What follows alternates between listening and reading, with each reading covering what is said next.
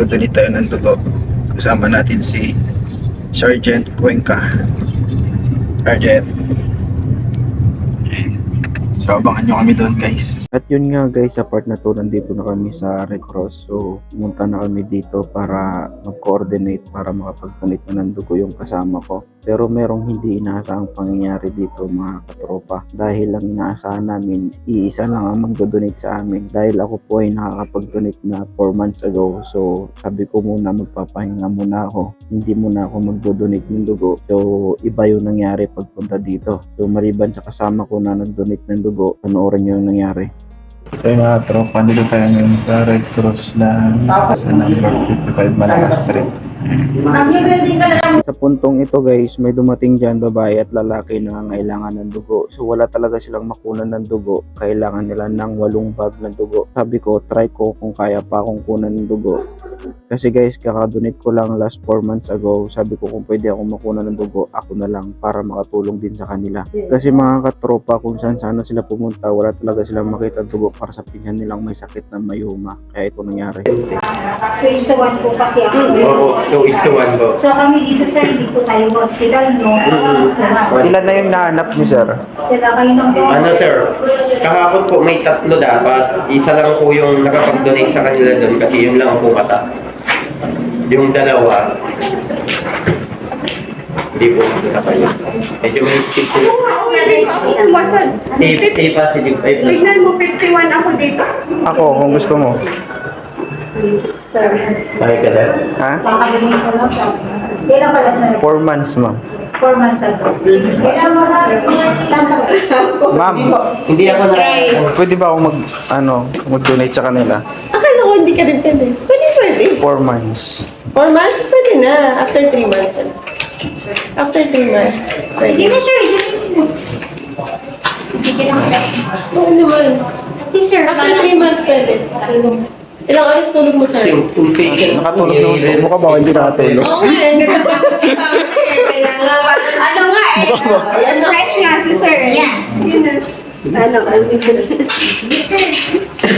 Ano yan? Kawawa naman si sir. Kasi parang ginagawa, parang At dito nga guys, pinayagan naman tayong mag-donate para kay kuya at ate. So sa panahon na to guys, mag-fill up na po tayo ng form para makuna na tayo ng dugo. Salamat din kay Kuya Guard na nag-assist sa atin dyan.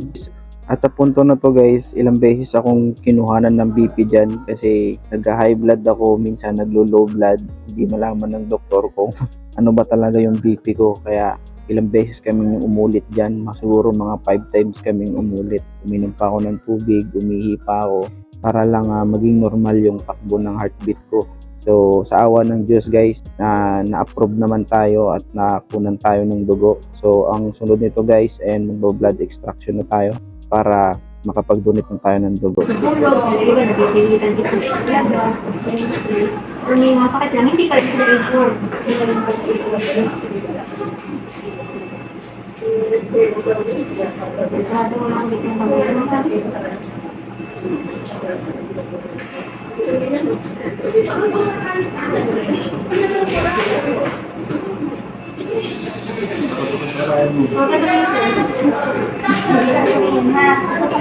Ayan, malalim yung one.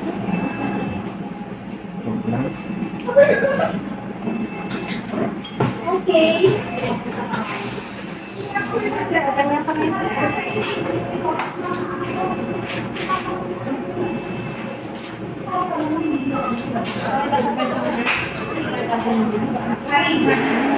Light switches na ka.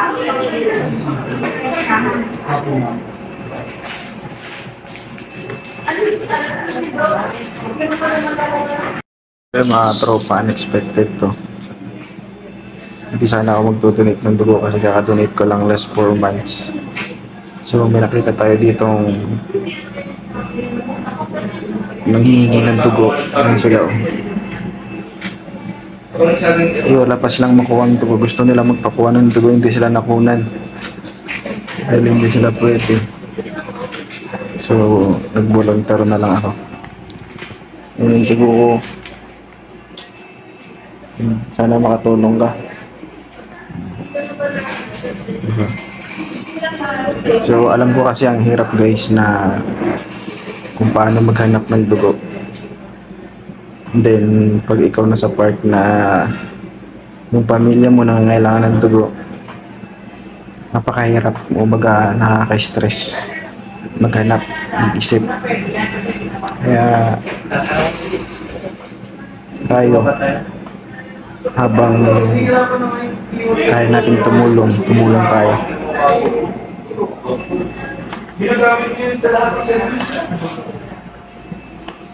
Diba? So, yun lang guys. Tumulong kung kailangan tumulong. Mga tropa si Kuya pala yung pinsan mo. Asawa ng pinsan mo. Siya yung nagbigay ng tulo. So, pinagbigyan natin. Nabigyan mo tayo ng tulo. So, sana Kuya makatulog sa'yo. Salamat po. Sige. Ma'am, alis na po kami. Bye-bye. Ingat sir. Yeah, Ito lang. Ingat, sir.